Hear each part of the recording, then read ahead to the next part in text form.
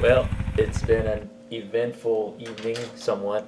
Got to my hotel room, and I found out that when I was making my itinerary, my travel itinerary through my business travel website, I either clicked on the wrong location or I clicked on the right location, but it entered the wrong location. Either way, the reservation I had was for a different hotel, but I was able to call the 24-hour helpline and they were able to straighten it out. So kudos to them. Thanks, guys, for helping a weary traveler, and the hotel desk person was really, really helpful and got me all set up. And it just takes a little patience and a little kindness. I was very polite, professional, and they were very helpful and got me a room. But that's not why we're here. We're here, and of course I was going to go out and get some libations, but unfortunately the situation took a little while to get resolved, but that's all right. Life happens. But stopped at one of my preferred Oriental restaurants and do a little mukbang and tell a little story. We got fortune cookie, got a little white rice. I hope they gave me eating utensils. Oh man, no eating utensils. Well, that's what fingers are for. We got a little hot Earl, a little wasabi. Don't leave home without a fork. But alright, I have a little story. And the story is about, well, first story is about when I was a bag boy. That's a thing. Some grocery stores now still have it, but I was a bag boy, and bag boys were pretty common back then. For kids these days who don't know what a bag boy is, at grocery stores they had your cashiers, and then they had what they call courtesy clerks, where essentially kids in high school would bag your groceries for you, and we had paper bags actually. They don't think plastic bags existed, plastic grocery bags existed back then, but so bag boys would bag the groceries, if you had a lot. And most people back then would shop for like a week. They wouldn't do like convenience shopping nowadays. That's more prevalent nowadays. There were, still hand baskets and stuff, but most people would buy at least a half a cart full of groceries. And the bag boys would bag them up, and sometimes, depending on how large the order was, you would push the cart out and load it into the car for the customers. And we also retrieved the carts.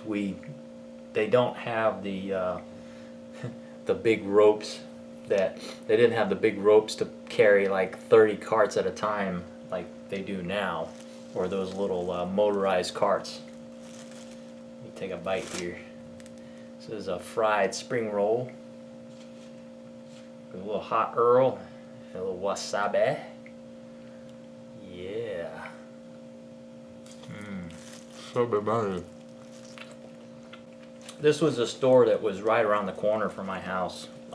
I walked to work, and so I'd been there for about, I think, 2 weeks. That's heaven, baby. That's so good. So good, buddy. This chicken. That is up there with some of the best road meals I've ever had. I've been working there for like 2 weeks. Met a few of the other courtesy clerks, cashiers, and it was a high school job. Nothing spectacular about it. And they were doing some renovations. to the place. So we had to wear these plastic toy hard hats.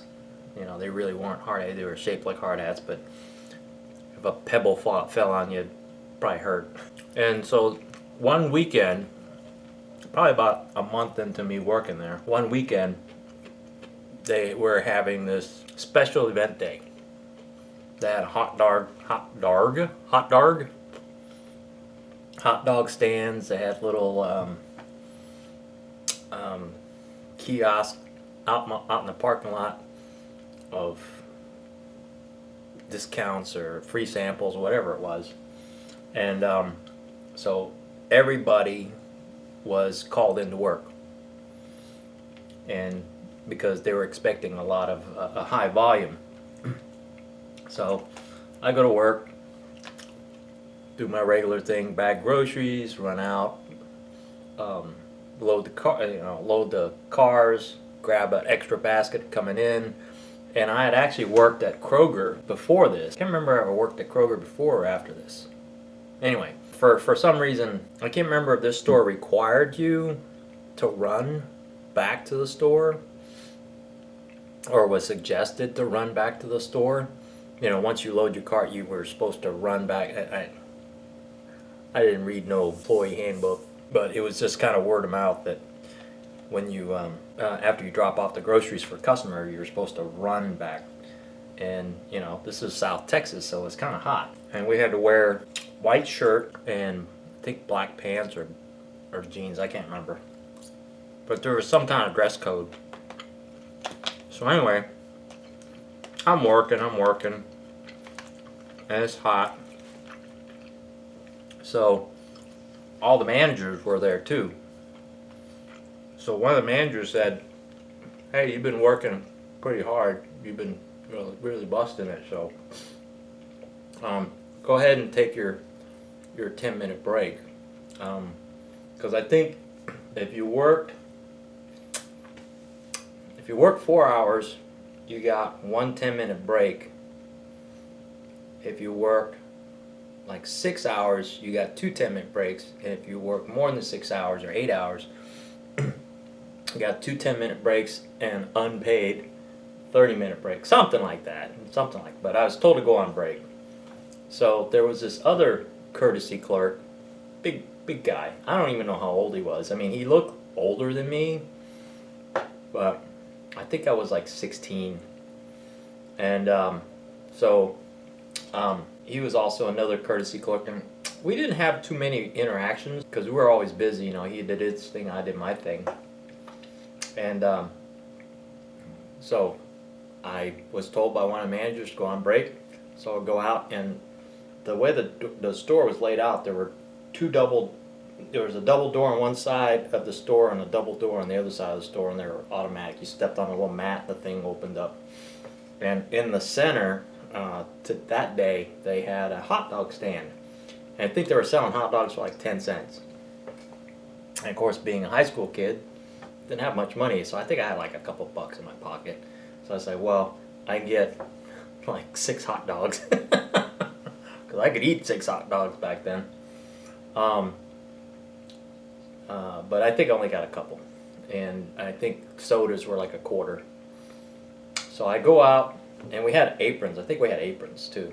So I go out, and the way you could tell, well, the way the courtesy clerks would signal that they were off the clock, where you would take your apron and, you know, flap it down. You'd still have it tied around your waist.